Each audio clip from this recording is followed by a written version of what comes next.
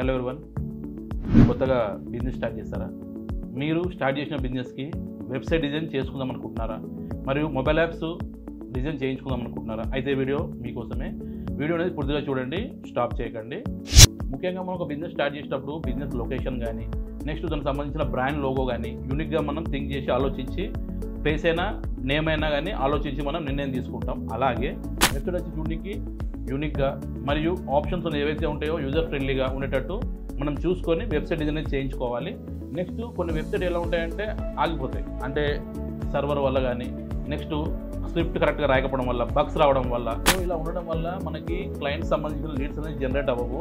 So మన website యూనిక్గా ఉంటేనే, ఈవెన్ మొబైల్ యాప్ కానీ యూనిక్గా ఉంటేనే మన బిజినెస్ గ్రోత్ అవుతుంది, ఈజీగా ఎక్స్పాన్షన్ అవుతుంది. సో ఇలా మనం చెప్పుకుంటే HTML website, PHP website, WordPress website, ఇట్లా చాలా రకాలుగా ఉన్నాయండి. సో ఇందులో మెయిన్ వచ్చేసి మనకి రియాక్ట్ వెబ్సైటు మనకి బెస్ట్ అండి. ఈ రియాక్ట్ వెబ్సైట్ వచ్చేసి మనకి పర్ఫార్మెన్స్ అనేది చాలా స్పీడ్గా ఉంటుంది. నెక్స్ట్ మనకి యూజర్ ఫ్రెండ్లీగా ఉంటుంది. నెక్స్ట్ దీనికి ఫ్రంట్ వచ్చేసి మనకి ఏదైతే ఉంటుందో వ్యూ వచ్చేసి డైనమిక్ UI బేస్డ్ ఉంటుంది.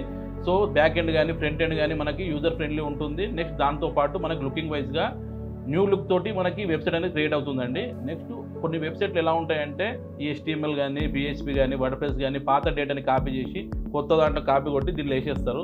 సో రియాక్ట్లో ఏంటంటే ఫస్ట్ నుంచి ఎండింగ్ వరకు కంపల్సరీ ప్రోగ్రామ్ రాసి న్యూగా థింక్ చేసి దానికి బగ్స్ క్లియర్ చేసి టెస్టింగ్ 4-5 సార్లు చెక్ చేసి మనకి ఈ రియాక్ట్ బేస్డ్ వెబ్సైట్ అనేది రెడీ చేయడం జరుగుతుంది.